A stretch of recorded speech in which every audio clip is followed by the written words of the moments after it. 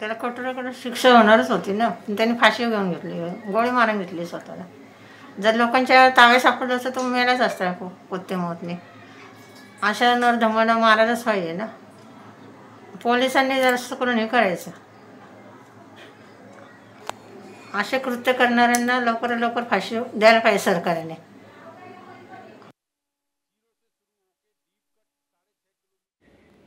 बघा, बदलापूर लैंगिक शोषण प्रकरणात 2 चिमुरड्या मुलींवर लैंगिक शोषण झालं होतं. 12 आणि 13 ऑगस्टला ही घटना घडली आणि त्यानंतर 20 ऑगस्टला या प्रकरणाच्या विरोधात बदलापूरमध्ये मोठा बंद झाला होता. शेकडो लोक सहभागी झाले होते. 9 तास रेल्वे रोकोही झाला होता आणि त्यानंतरच अक्षय शिंदेला फाशी द्या ही मागणी जोर धरू लागली होती. मात्र आज अक्षय शिंदेचा पोलीस गोळीबारात मृत्यू झालेला आहे.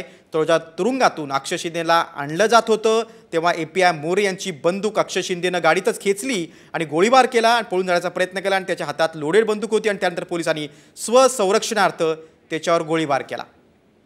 त्यावेळी अक्षय शिंदेला गोळ्या लागल्या. अक्षय शिंदेला